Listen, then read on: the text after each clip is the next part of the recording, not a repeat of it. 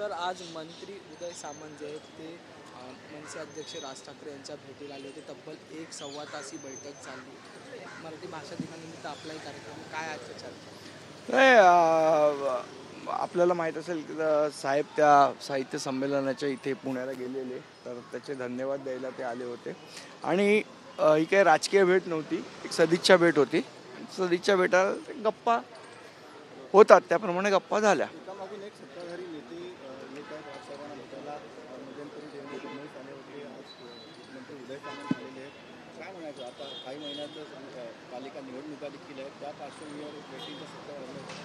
नाही, मला असं वाटतं प्रत्येक गोष्ट काय आपण राजकारणाच्याच चष्म्यातनं बघितली पाहिजे अशातला काही भाग नाही आहे. काही गोष्टी या राजकारणाच्या पलीकडे सुद्धा असतात. एक सदिच्छा भेट होती आणि महाराष्ट्रामधली परंपरा आहे आपली, आपण एकमेकांच्या घरी जातो, काही वावगं नाही आहे. कदाचित संजय राऊतांना आवडणार नाही, पण शेवट ती महाराष्ट्राची परंपरा आहे. राऊत विसरले असतील.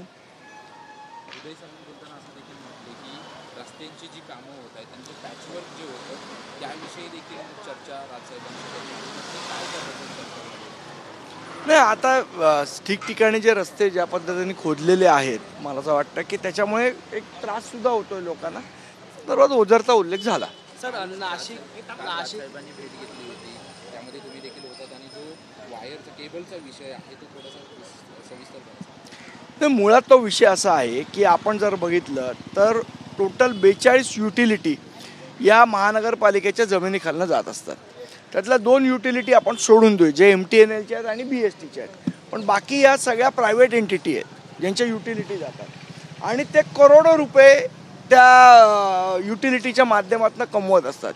मग जर करोडो रुपये ते कमवत आहेत, मग त्याचं शेअर महानगरपालिकेला का मिळू नये हा महत्त्वाचा प्रश्न आहे. जर तो मिळाला तर 8 ते 10 हजार कोटीचं उत्पन्न हे महानगरपालिकेला मिळू शकतं.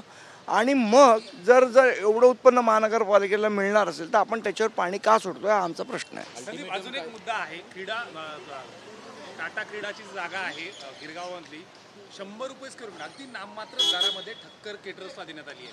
खरं तर या जागेची किंमत महानगरपालिकेच्या बऱ्याचशा जागा द्यायचा घाट सध्या चालू आहे. मला असं वाटतं ह्याच्यामध्ये मार्केट पण भाड्याने देण्याच्या संदर्भातलं ते चालू आहे. तर या सगळ्या गोष्टी या लोकांना नुकसान देणाऱ्या आहेत, त्याच्याबद्दल महानगरपालिकेने निश्चितपणे विचार केला पाहिजे. पाकिस्तान उद्या मॅच आहे, काय संदीप देशपांडेंचा उद्याचा प्लॅन काय? मॅच बघणार ना. सर एक शेवटचा प्रश्न आहे.